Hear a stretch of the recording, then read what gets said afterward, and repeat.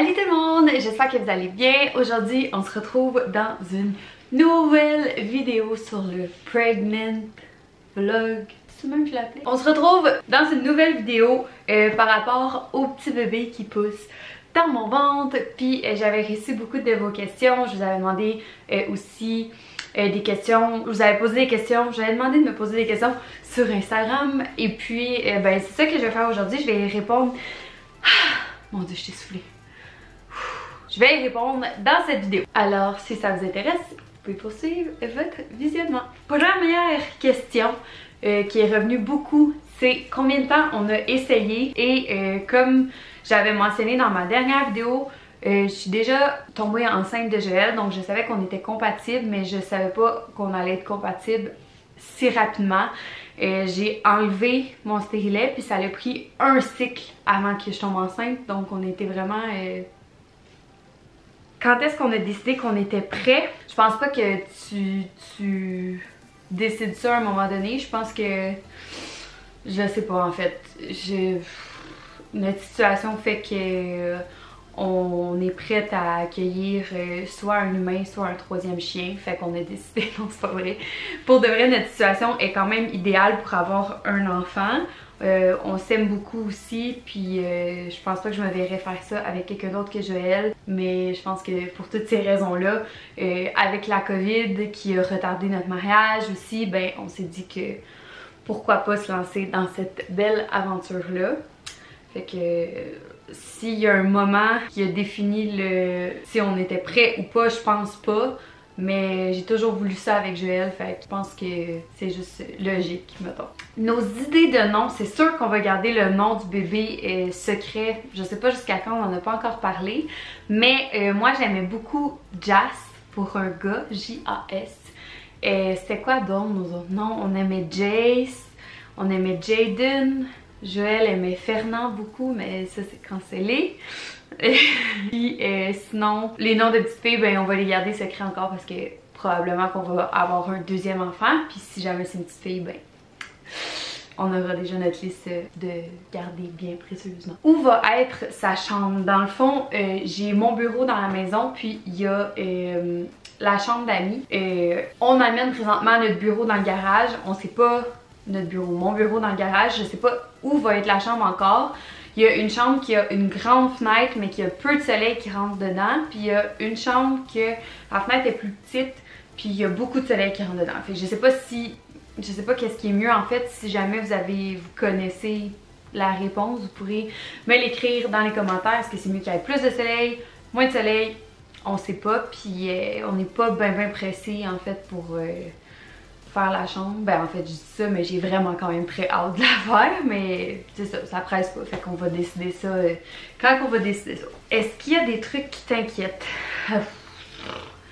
Des trucs qui m'inquiètent? Ben je pense que chaque femme qui est enceinte est inquiète de perdre son bébé, puis je pense que c'est normal. S'il y a une fille qui est tombée enceinte puis qui n'a jamais eu aucune inquiétude qui arrive quoi que ce soit, pour vrai, chapeau. Moi, je suis tout le temps un peu stressée qu'il arrive quelque chose, mais sinon, s'il y a quelque chose qui m'inquiète, pour vrai, je sais que on va faire ça une chose à la fois, puis je sais que Joël veut vraiment être parfait dans son rôle de papa, puis on est tellement bien entourés que on dirait qu'il n'y a rien qui m'inquiète puis il n'y a rien qui me fait peur. J'ai juste vraiment hâte de vivre tout ça. Est-ce que vous avez déjà commencé à préparer l'arrivée du bébé? C'est sûr que oui, parce qu'il y a beaucoup d'achats à faire. Il y a beaucoup de préparation aussi, tu sais, dans le sens qu'il y a tellement de cossins, là. Mettons, je me fais parler de plein d'affaires, de plein de mots, puis je suis comme...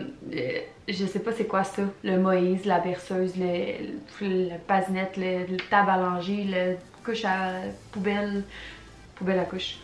Il y a tellement d'affaires, puis ses vêtements aussi, tu sais, puis ouais, ça prend de la préparation. Il y a beaucoup d'achats à faire, puis comme un bébé, ça grandit vite et ça change beaucoup. On essaie d'y aller plus vers le usager. Puis aussi, on dirait que quand tu vas avoir un enfant, en tout cas pour ma part, ma mentalité, elle change vraiment beaucoup, dans le sens que je veux lui offrir le meilleur des mondes. Puis le meilleur des mondes inclut aussi la planète sur laquelle on vit. C'est important de considérer tous les petits gestes qu'on peut faire quand on attend un enfant, comme mettons acheter des couches lavables, des jouets seconde main, recevoir des vêtements usagés. Tu sais, on a souvent dans notre entourage des gens qui ont déjà eu des bébés. Pour vrai, pour le peu de temps que l'enfant va porter le linge, les vêtements, ça vaut la peine des fois de prendre usagé. C'est souvent plus économique et aussi plus écologique. Mais c'est aussi important les petits gestes qu'on peut faire nous dans notre quotidien avant l'arrivée du bébé ou même si on n'attend pas de bébé, comme composter, consigner, recycler, être conscient de notre consommation de viande et de poisson, puis fermer le robinet du lavabo quand on se brosse les dents.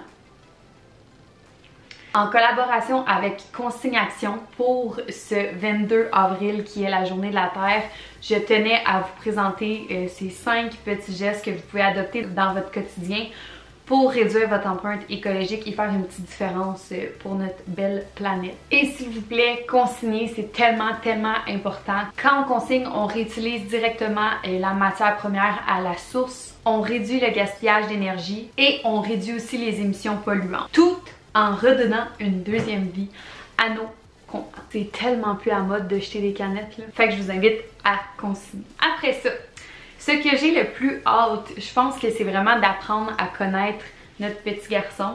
J'ai hâte de voir à qui il va ressembler, j'ai hâte de voir quel trait de caractère il va avoir. Je pense que c'est ça qui me rend le plus... qui me donne le plus hâte. Le meilleur truc qu'on m'a donné, ça serait de me faire confiance. Puis je pense que c'est la meilleure façon de réduire le stress aussi. Il y a tellement de gens qui vont te dire quoi faire puis quoi pas faire.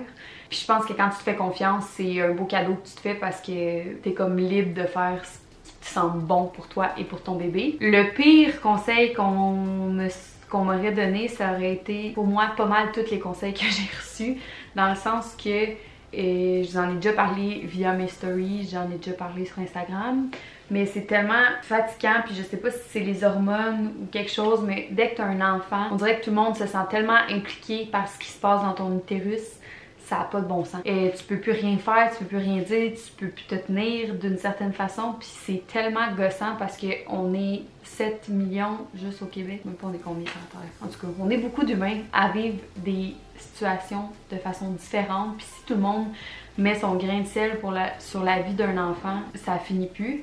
Puis c'est une situation qu'on vit beaucoup, puis pas juste parce que j'ai une tribune sur Instagram, il y a beaucoup de femmes qui m'ont écrit pour me dire qu'ils avaient vécu ça dans leur entourage, puis c'est vraiment quelque chose de fatigant puis qui peut mettre une pression énorme sur le dos de la mère. Fait que si quelqu'un a besoin d'aide, si une femme enceinte a des questions, on est tellement suivi par le médecin, la famille, que je pense que l'information est facilement trouvable. Fait que je pense pas que c'est nécessaire d'aller porter un conseil non sollicité à la maman. Mes cravings, c'est vraiment... je mangerais pas mal tout.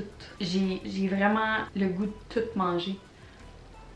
De la poutine, du pain, de la pizza, de la crème glacée, des pâtes. Est-ce que tu vois que ton corps changer tellement là, tellement, c'est fou. Surtout au niveau de mes seins, c'est capotant comment que ça change. Là, ça fait quand même pas longtemps que je suis enceinte, ça fait 12 semaines. Fait que j'ai pas encore vu un énorme changement au niveau de mon abdomen, mais mes seins, c'est fou. Est-ce que tu ressens des nouveaux trucs en dedans de toi? Ça, c'est vraiment une question qui me trigger, si je peux dire ça, je pense que ça s'applique, ouais. Parce que il y a tellement de femmes qui m'ont écrit « Ah, tu vas voir quand tu vas être enceinte, quand j'ai annoncé que je suis enceinte, ah, tu vas voir, tu vas tellement sentir une belle connexion entre toi et ton bébé. » Puis en ce moment, la seule chose que je ressens, c'est que j'ai faim. Puis des fois, je suis comme « Crime, mais y a-t-il quelque chose qui se passe? » Parce que il me semble qu'on connecte pas, là.